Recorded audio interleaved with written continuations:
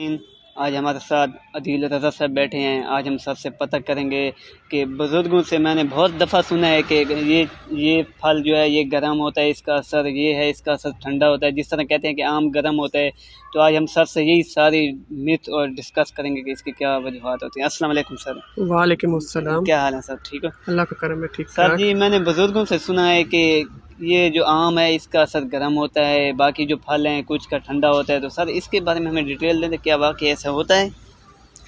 बिस्मिल्लाहिर्रहमानिर्रहीम।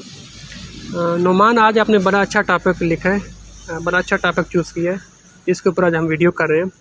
ये आम तौर पे घर में भी और हर पर्सन जो है हमारे स्पेशली जो पाकिस्तान है और ये सब कॉन्टिनेंट है, यहाँ पे ये कंसेप्ट बहुत कॉमन है कि ये चीज़ ठंडी होती है और ये चीज़ गर्म होती है। स्पेशली हम खाने की चीज़ों की बात करें, ग़िज़ाओं की बात करें तो। और एक हमारा कुछ तिब का भी कुछ वजात है जो कि इसको बहुत एक्सप्लॉइट करते हैं और इसको बहुत यूज़ करते हैं लोगों को कन्विंस करने में और अपने ट्रीटमेंट को बेचने के चक्कर में।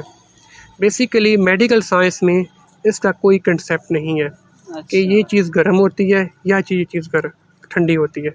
असल में ये चीज़ है, अरबी में हरारा लफ्ज़ इस्तेमाल होता है, जिसका मतलब है हरारत या गर्म बोलते हैं उसको, या उसको गर्म को, उस हरारत को होती है उसे गर्म कहते हैं। हरारत मतलब इसमें पावर ज़्यादा है, इसमें ताकत ज़्यादा है। मिसाल के तौर पर जैसे आम है, आम के अंदर बहुत ज़्यादा कैलोरीज होती हैं और ये बहुत पावरफुल होता है, इसलिए आम तौर पे लोग इसको कहते हैं ये गर्म होता है क्योंकि इसके अंदर एनर्जी बहुत ज़्यादा होती है। इसके अलावा देखें कि जैसे लोग कहते हैं गर्मियों में गर्म चीज़ों से महफूज रहें, तो अल्लाह पाक ने आम को पैदा किया है गर्म मौसम में।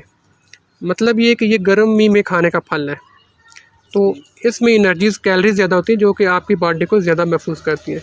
इसी तरह शहद होता है जिसमें आम तौर पे लोग बोलते हैं बहुत गर्म है, इसमें बहुत ज़्यादा कैलोरीज होती हैं और बहुत ज़्यादा ताकत होती है, तो जिस लिहाज से ये उर्फिया में ज़्यादा महफूज है। मछली भी कहते हैं कि मछली भी गर्मियों को नहीं खानी चाहिए, गर्म है।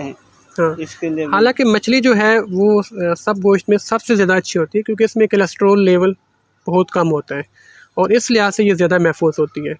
और जहाँ तक ताल्लुक़ है किसी बीमारी का, तो कुछ बीमारियाँ होती हैं जैसे जिसमें चीज़ें मतलब कि आपको मना होती हैं। जैसे आपको अगर ब्लड प्रेशर का मसला है तो उसमें कोलेस्ट्रॉल वाली चीज़ें आपको मना होती हैं। जैसे बड़ा गोश्त है या बीफ होता है, उसमें नॉर्मली कोलेस्ट्रॉल लेवल ज़्यादा होता है, या फिर ये देसी घी है या घी होता है, ये भी आपको कहा जाता है कि आप इससे एहतियात करें क्योंकि इसमें आमतौर पर कोलेस्ट्रॉल लेवल ज़्यादा होता है। बिल्कुल सर, ठीक है।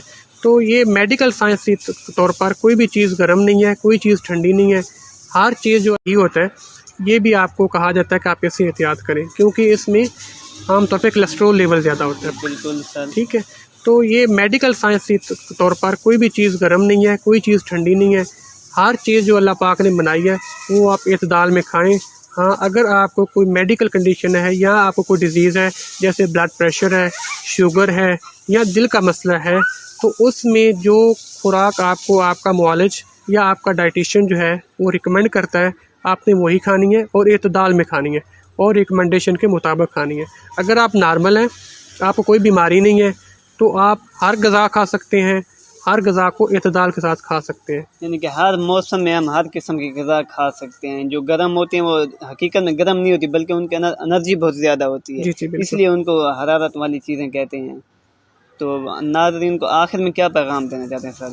आखिर में यही पैगाम है, ये जो मिथ्स होती हैं आप इनसे महफूज रहें क्योंकि अब मेडिकल साइंस जो है बहुत तरक्की कर चुकी है और अब जो पर्दे हैं जो कि हकीकत में पहले हमें नहीं पता होता था, अब इन चीज़ों का हमें पता चल चुका है। इसलिए आप एक बैलेंस डाइट खाएँ और सब कुछ खाएँ। कोई भी चीज़ अगर आप नॉर्मल इंसान हैं, इत्दाल में आप इस्तेमाल कर सकते हैं। ठीक है सर। नाज़रीन, अगर ये आपको वीडियो अच्छी लगी है तो प्लीज़ इसको लाइक कीजिएगा, सब्सक्राइब कीजिएगा और सदका जारिया के तौर पर अपने दोस्तों को शेयर कीजिएगा।